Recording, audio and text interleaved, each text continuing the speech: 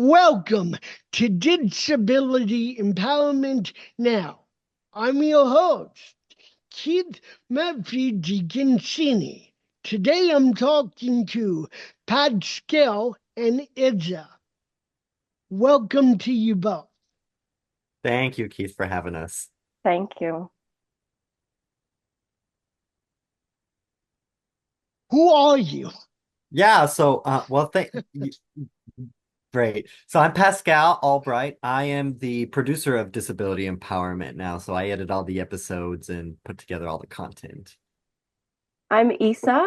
I work on the website design. We're doing a launch that will be coming out September 8th with a new design. And I also do transcripts from English to Spanish.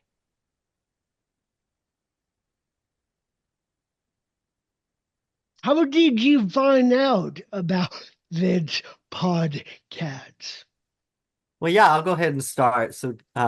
It's real interesting. So I knew Alex Perry, who was the previous producer on Disability Empowerment. Now she worked with you, Keith, helping put together episodes for season 1 and 2, as well as uploading things to the website and doing starting up social media channels and sort of helping you get all the technology and all those small things set up to kind of launch where we are now today.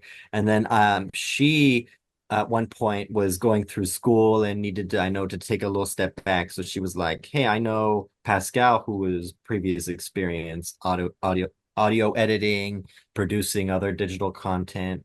And so she was asked me if I would help and step in, and I listened to a few episodes, and I love the work this podcast does. I think it's very empowering. I think it's very important for our community, and so I had the time, had the means, so I helped step in, and now I help produce all the every weekly video and every weekly episode that gets put out there, and I think it's just great. Yeah, mine was kind of similar to Pascal. I also found out through someone that works through the podcast, Nicole Feltman. She approached me about a year ago and said there was this opportunity for adding some more um, accessibility with the Spanish transcripts and adding that feature so that we can have Spanish speaking people listen and watch these episodes. And so I met with Keith. We had an interview, and then came onto the team. And then shortly after, it just came up that I had some design background with websites. And so the team was looking to update the current website we have. And then I kind of switched into that role. So I found out through one of the people on the team.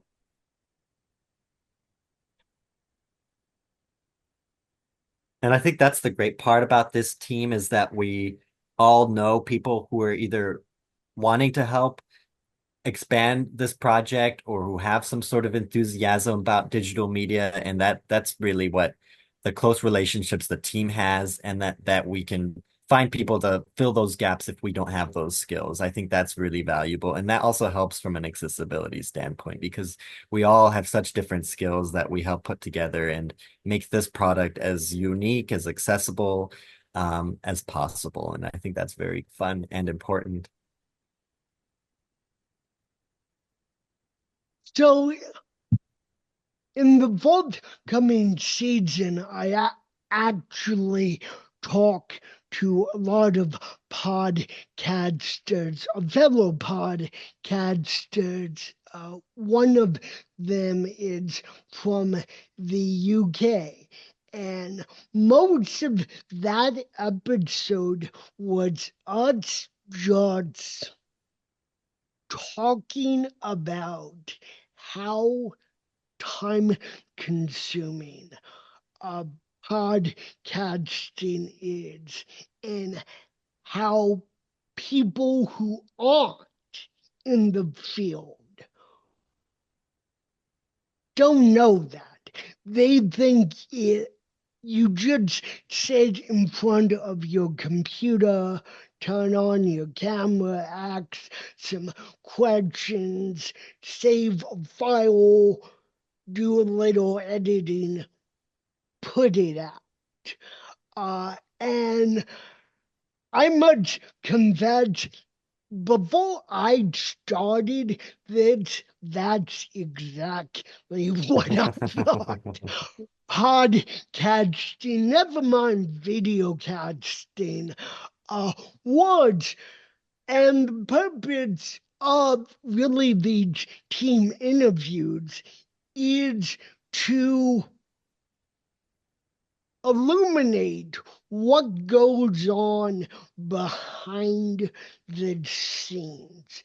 Because even though we're a very young show, we've gotten to the point where we're a very well oiled machine. And there are, and I'm not hesitant to admit this at all, there are things that you guys do for me that I know nothing or next to nothing about.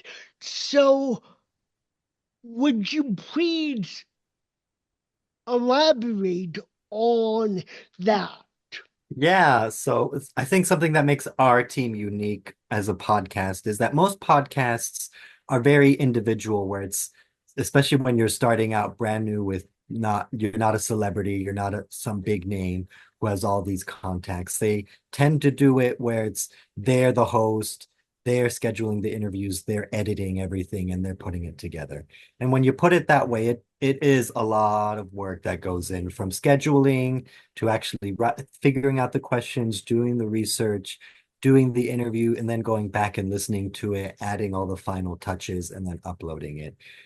But what makes our team unique is that we have quite a variety of team members that help with each step of the way, from um, editing the episodes to uploading them to putting them on social media to figuring out where the final touches are to sending out the newsletters. And that I think is a really great way to help keep things productive.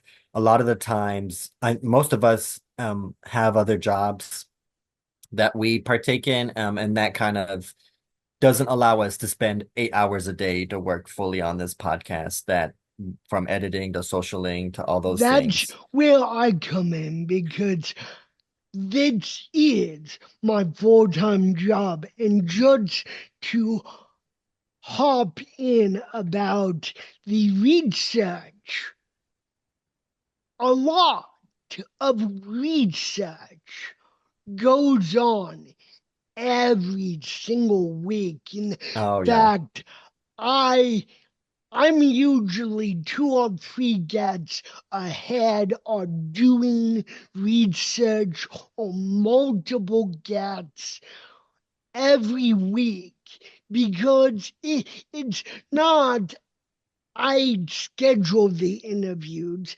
People don't drop whatever they're doing and hop on a Zoom call and then we make magic happen. It's not that. What I always tell people is that this hasn't been a hobby or something I do for fun Mhm. since the end of season 1. Season 2 and onward, then things got real very, very quick. But sorry to interrupt. No, no, that's good. And I think that's another thing that makes this podcast great. We can allow you, the host, who's directly interacting with the guests, just have the time to spend on the research, to have the time to focus on the important things and not worry about the small menial things like editing the episodes, making sure all the sounds are right, making sure we have the transcripts, making sure they're uploaded to the website, because all of that can get real repetitive. And I think it's really great to have separate team members to focus in on those. That way we can make each individual product really good, but also not get overwhelmed by everything. And I think my favorite part from being able to edit every episode is that I am the second wall of defense almost before it goes out, but I also get to listen to these really great interviews for the I'm the third person who hears the interview. It's you, then it's the guest who's on the interview, and then it's me before our audience listens to them. And every episode is so empowering. It's really great to see the diversity as far as guests, and these raw conversations are really great. And my job is to fine tune them, add all the finaling touches, make sure everything looks clean and is visually good. And then we can put it out on our YouTube and all of our podcasting distribution sites. And that's really powerful because for my job, I already do audio editing regularly. So for me, it's really easy to go in, listen to the audio, fix what I need to do, and then get it to the next steps. And I really much enjoy that kind of storytelling. Yeah, hold on, we'll get to you in a sec as one of the newest team members. The original job I had envisioned to hire Alex for was to teach me Adobe Audition so I could literally do this all myself. Mm-hmm. And that quickly became unattainable. And that's how the whole team structure got started, not because I didn't want to learn Adobe Audition. By the way, great program. We couldn't do this Mm-hmm. without it. But I somehow knew that if I tried to take that on as well as the front end, it was only gonna be one season, and I was going to burn myself out very, very quickly. And the only burnout I've faced is when one day, I don't know what I was thinking, I decided to do 3 episodes back to back in the matter of 4 to 6 hours. That's the only burnout. But if I schedule one for the morning and one for the afternoon, then I'm fine. It's something about the number 3 Yeah. that really uh, does does me in as a host. It's as one of the newest team members. What would you like coming on to this already established um, project and adding your expertise? It was a great, very seamless experience. I think it helps that, I'm friends with a lot of people that are part of this team. And so that integration was very seamless. Um, there's so many things that were in place, and the whole idea of having me come on to help with the Spanish accessibility was to just add another layer of accessibility for the users. What are the different ways that we can make this accessible? And so Nicole Feltman was actually the one that came up with this idea of why don't we add this feature? We've got so many features on the website, on the podcast. How else can we add to this podcast to make it the most accessible possible for people? So coming on for me was really exciting because it was something new. We had the transcripts originally, but they were just sent out in English as they were recorded. And so being able to provide that for people that speak Spanish, I think is just really valuable. And we're a podcast based out of Tucson, right? So we're geographically an hour away from the border. We've got a huge Hispanic and Spanish speaking population. And so it just felt very intuitive and natural to add that aspect to the podcast. And I think that's been really special to be the person that kind of bridges that gap and is able to bring those two populations together. I love that a lot or most of the ideas to add on and to alter something new. Don't come from me. Because Pascal, you're the one who created the newsletter. Nicole and Itza did the Spanish or came up with that. Alex had me reserve our YouTube channel years before we And I'm actually glad we did. used it. And it's a you with the website, which I haven't seen yet, because I've ordered you not to show me anything before it goes public. I'm that kind of boss. I would I would have been happy with a new paint job, a new color scheme, a new let's take the car into be detailed. But no, you were the one, and this was only a few months after you'd started. You were like, okay, let me rebuild, enhance the entire website from scratch. Most of these ideas would never enter my cerebral cortex because I dream big on interviews, but that's it.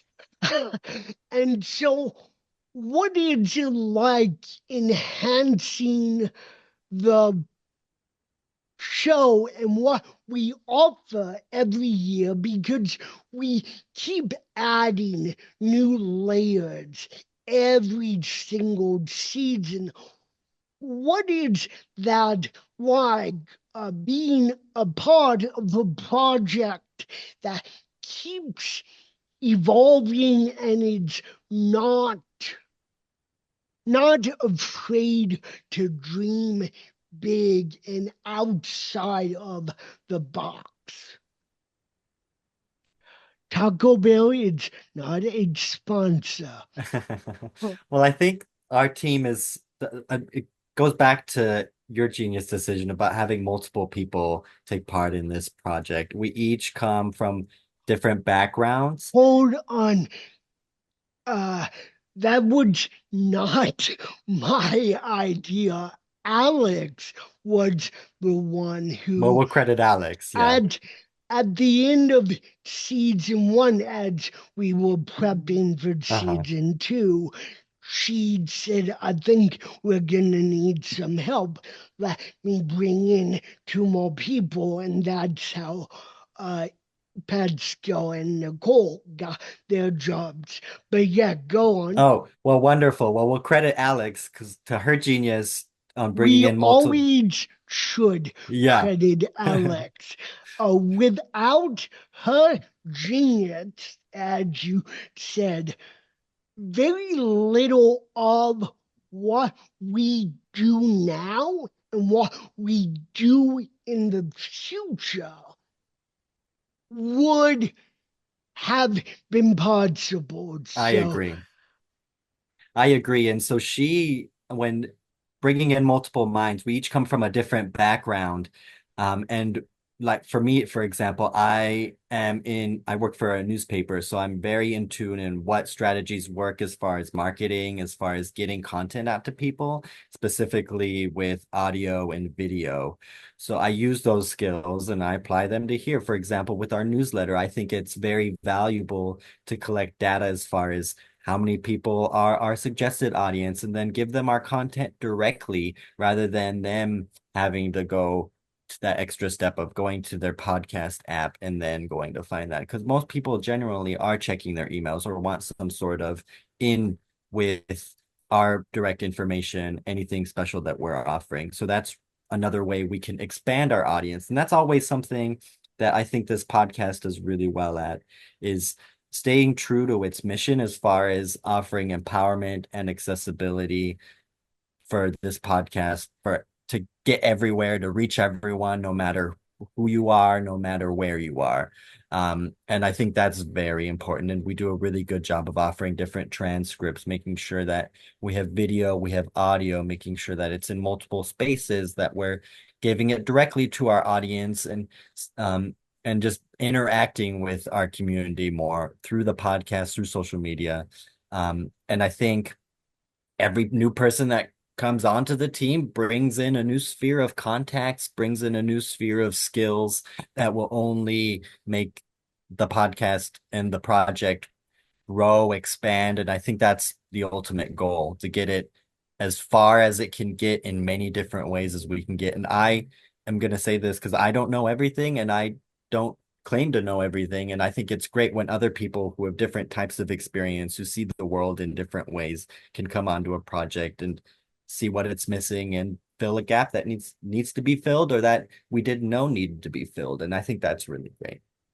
Yeah, I think Keith hit it on the head when he said it's an ever evolving podcast. It's not rigid.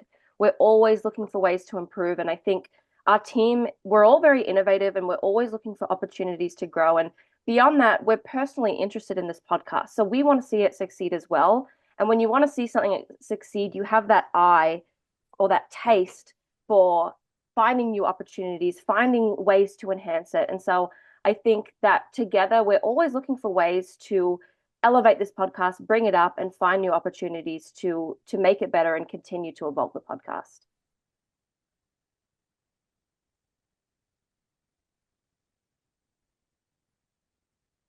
And even to see where from when I started, we were doing weekly episodes, and I think I started towards the end of season 2, helping out with a few episodes and before we jumped into season 3. But just the planning and how far our reach is, how many different guests we're trying to get, how diverse our guests are. Every step of this podcast has been intriguing, has been new, has been an opportunity that me personally, I can grow in, that I'm willing to put the work in because I can see it succeed. I can see it reach the community. I can see the impact, and it's only really great stuff. And when we get some of these incredible guests like Danny Woodburn, Temple Grandin, Kurt Yeager, who are almost household names, to come on a show that's in a season 3, like a freshman season, not even, we've barely been here for a few years, and we're getting these incredible names and continuing to reach mass audiences and build opportunities with people.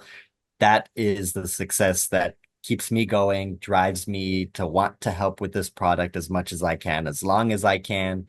And it's very empowering that way. Yeah, every new season, I I don't try to outdo the last season, but I try to dream bigger. Like, uh, we were laughing a few weeks ago, Pascal, because we talk on the phone a lot about how the only extra content this season was supposed to be the bridge to Yeah. season 4. And then we started expanding it outward and inward. We have mini arcs in season 4. Outside of season 4, we're offering pre-season content, post-season content. We started in the beginning of July. We don't stop until mid-August of next year. I mean, That's incredible. for a podcast who isn't even on its 5th or 6th season or 5th or 6th year. I mean, we're doing season 10 rollout of content, what people would expect. Exactly.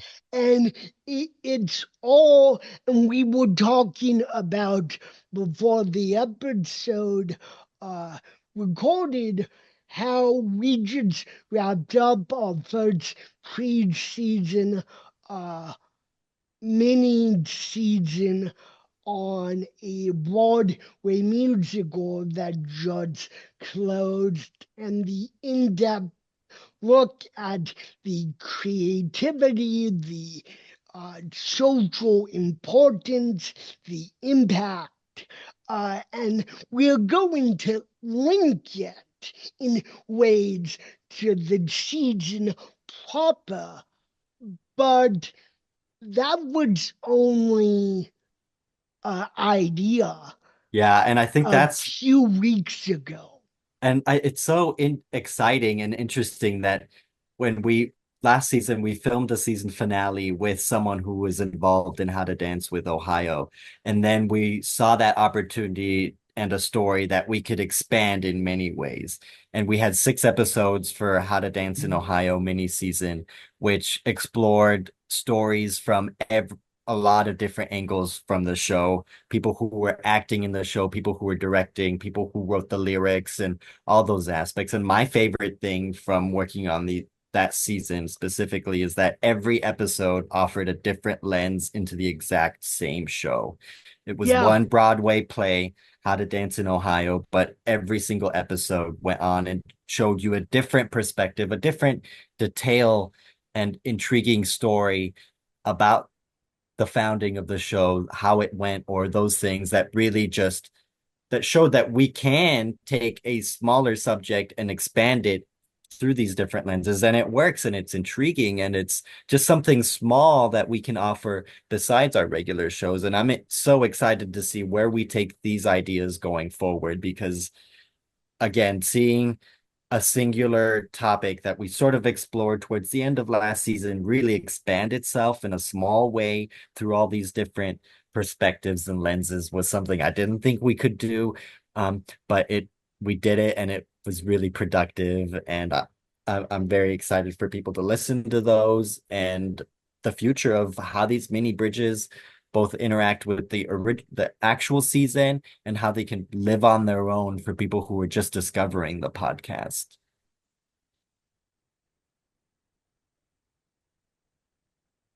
do you have anything to add? I was just going to say, I think Pascal does a really good job of just explaining kind of the structure of our team and how we're able to rely on one another. And I think that's one of the great things is like he has a lot of experience with website design and he hasn't even talked about that yet. But I often lean on him and I say, hey, can you help me with this? And so I think as a team, we're very creative. And I think, yeah, the idea of why don't we do a bridge season? I think bridge is a really good word because you kind of, you end one season, you conclude that, and then you don't want this time and period where we're not doing anything. So let's do a few mini episodes. And I think that really talks to our creativity and our spark to find a new idea, try a new innovation. And I think the biggest thing is we try and we see how it goes. You know, we sometimes we'll try things and we're like, okay, that didn't work as well. We adapt, we change the strategy, we change what we're doing. And I think that's what makes it so special here. And the fact that we also have the creative ability to do that. I think Keith, hats off to you to kind of be able to step back because I know this is your podcast and it can be scary to hand that off or to delegate that to other people. And so to have that creative freedom to explore all of these things, I think is really valuable and what makes this podcast really special. Yeah, it was really scary in season 2. I personally thought that season would make me or break me, and I kind of wish it did a little bit of both. Hell, it did do a little bit of both. Uh, but I want, I keep thinking about U2, the band, and how they created their magnum opus, the Joshua Tree, and then released a live album. And then for the next studio project, Acton Baby, how did they create that? Well, in there was a lot of infighting, but there was how they eventually got to the end result was chopping down the Joshua Tree and redreaming everything up from the ground up. The song One that literally saved the band was in the trash can. And the producer picked it up out of the trash can and handed it back to Bono. And he said, "Work on that." And that song literally saved the band. And so and of course, I've researched the frick out of that time period and that band because that is one of my favorite albums. So it's the Queen's Night at the Opera and their follow-up Day at the Races. Uh, and so that is what I personally do when I create and design each new season. Like the original concept for 50 seasons, which none of us will get to, I was walking in a field of pollen with my dog. And pollen is one of my kryptonites. And I mean, you never know when inspiration will strike you. But I remember designing this project back in 19 as a very different medium. I would do the interviews, no one would hear them, and then I would write them up and post them on a professional-esque blog or news site. But then I remembered no disability advocate would allow anyone, even a fellow disability advocate, to tell their story. And so I immediately abandoned that idea and sought of another solution, of another medium to use. And that's where the podcast angle came in. And then the video cats. I mean, the episode with Kurt Yeager really jump-started my wholly a whole desire to that track, that mode, that offering, that medium. And I was really afraid that it would double the cards. And then,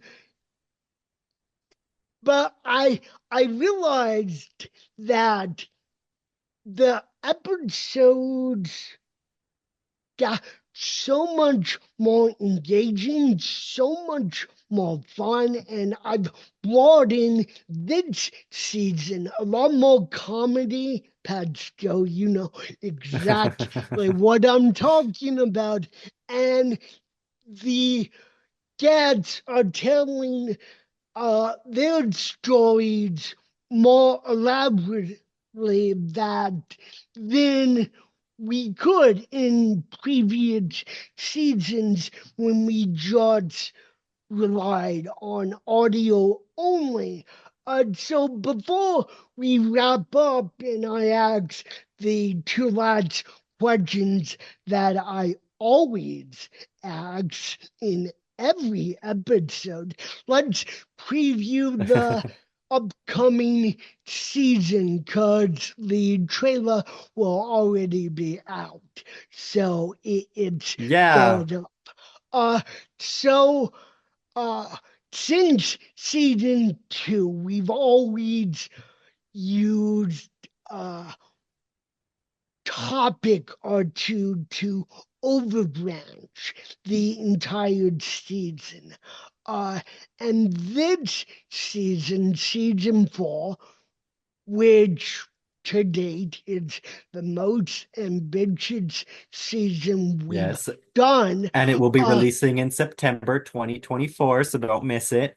yeah, the topics are advocacy and employment. Of course, we'll go off into other topics.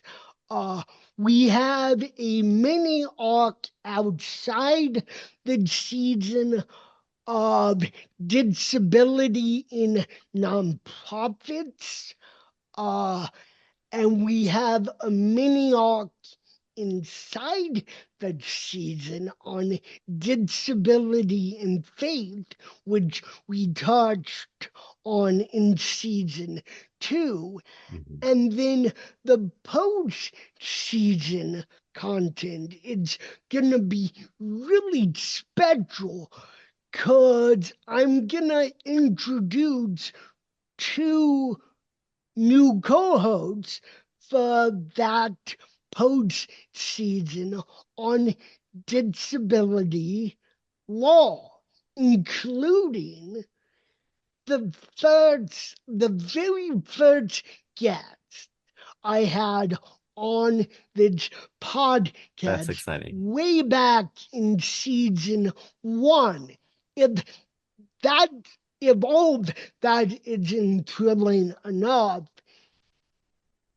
so the non-profit mini-arc is really a two-step uh, because starting in next spring or next summer, disability empowerment now is going to become a non-profit to give us more legal structure uh, to allow other people to contribute and to support our work. And so all good things. I think it's very exciting that we're continuing to grow in so many different ways. And what my favorite part about this upcoming season is that not only are we expanding with a bunch of these mini arcs, but we're also having returning guests come back, international guests. We're doing collaborations with other podcasts. So there's some very exciting episodes going to be releasing in season four, and everything connects. If you haven't listened to any, have caught up on the rest of the season, make sure you catch up on season one, two, three, and then our mini seasons. There's just so much content that I think our audience will love. There's so many different stories that maybe one of them or two of them will really resonate with you. And I think that's what we're aiming to do. We're trying to get as many different people to listen to whatever episodes we have, however much content we can provide, and really build those relationships, continue to see guests return, continue to see guests come back with other guests that we haven't had on this show yet. That's also super exciting. We have a few of those coming up. And Yeah, so just keep the lookout for great episodes. And these mini arcs are really going to be powerful and help us tell these smaller stories in multiple perspectives and really shine the light on all topics with disability and empowerment and accessibility. So by the end of the year, if not before, all of season 3 is on our YouTube channel. But by the end of the year, am I remembering that correct? They've Our had plan still. is to get season 1 and season 2 on YouTube as well. So that's the other thing. If you haven't checked out our YouTube, go to youtube.com, type in Disability Empowerment Now. Go ahead and subscribe to our channel because it's really great. You don't want to miss a single episode. And we have all of our season 3, like Keith said, we have all of our How to Dance in Ohio mini season. And our plan is to get all season 4 and the rest of the seasons on there for you as well. So there's a lot of opportunities to listen, to watch. Make sure you sign up for our newsletter. You can go to disabilityempowermentnow.com/sign up to sign up for our newsletter. You can also follow us on social media to make sure you don't miss anything. And there's a lot of different ways for you to listen, to watch, to stay in tune with our content because it's only expanding. We're only going to be telling more stories, and you definitely don't want to miss any of them. Yep. And I was going to just add, we're also on Spotify, so you can Yes. listen to us there. So Yeah, wherever you lots of stream podcasts, we go ahead and type in Disability Empowerment Now. You can find our episodes there. You can also find all of our episodes on disabilityempowermentnow.com and different ways to get the podcast. So if you listen on Apple Podcasts, Spotify, those links are on disabilityempowermentnow.com. So you can find that there in case you need that. But again, our big goal is accessibility, getting you the content that we provide, these great stories. Yeah, so go ahead and find them, subscribe, don't miss a thing. So I was originally going to ask the two last questions. They seem, for the first time, out of place, considering that you two just hyped everything up after me. But let me try to tweak one that is a two-parter. Now, let me tweak them both overall. What has this podcast, both listening and working on it, taught you about disability, about people with disability, about accessibility? So for me Yeah. personally, I think that a big takeaway, and you do a really good job right at the end of the podcast of highlighting is that disability comes in many forms, shapes, everything. And sometimes we are even people who have yet to discover our disability, which is super important. And I think that message throughout just highlights the advocacy, the importance, the awesome stuff that all of our guests are doing. It's everything from flying planes to creating movies. It's really, really cool stuff that everyday people who are living with disabilities, who have yet to discover their disabilities, who maybe overcome some disabilities, are talking about and empowering us. And we're able to give them that platform to tell those stories, to tell the details that they want to share with us, and really let them guide the conversation. And for me, as a queer person living in a community who's constantly trying to expand that, I think that helps me see people through a different lens, has me um, relate to people who I may not directly relate to right away just by hearing their stories and realizing that there's so much more as far as advocacy that we could do, even if it is just by sharing these stories or by telling people to names of important people. I think that's very valuable to me, and that's what I kind of take away with it. Yeah, I think similarly for me, it's just really expanded my awareness around this community. I think before starting, I wasn't really a part of this community. And to be able to have this platform and feel like I'm an integrated member of this bigger space is just, it's really empowering. And I think it's so important because so many of these stories I wouldn't have heard beforehand. And I think the amazing ability for us to provide people with that platform to come on and talk about their struggles, about their grievances, about the good, about the bad. I think that's just important to raise awareness. And I think you also need people on the team where you're advocating for this stuff because if we're not advocating, who's going to be? And so I think it's really expanded my awareness for what goes on in this community and the things that happen. And also it's just provided me a way to really help to elevate these voices. And I think that is the thing that we do so well is we're able to give them this platform where they can come on and they can talk about things that are important for them because I don't think they're given a big enough voice. And I think we're able to not only give them that voice, but amplify that voice. And I think that is so powerful. And that's why I do this. It's so rewarding to be able to do this. It's these stories and they're fun. You watch these podcasts and I'm going through the transcripts and there's some things, that of course are lost in translation because you're not watching the video, but I'll giggle sometimes when I'm going through and it's just these really amazing stories that I think are deserve to be heard. And it's really great to be able to be the bridge that helps bring those stories to life and bring them to a bigger community. So you really answered the last question as team members, and this is only half of the team. Will do the other half next episode, and then we'll probably do this again next year to bring in the nonprofit team and the co-hosts, what have you.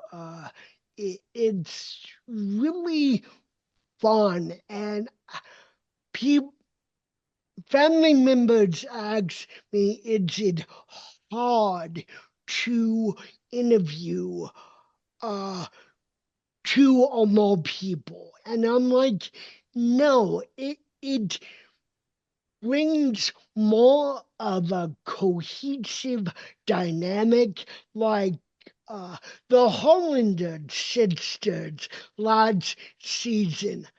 I asked in that episode 3, maybe 4 questions. They just took over the episode and talked about Temple Grandin. It's like, George, here's another platform, madam.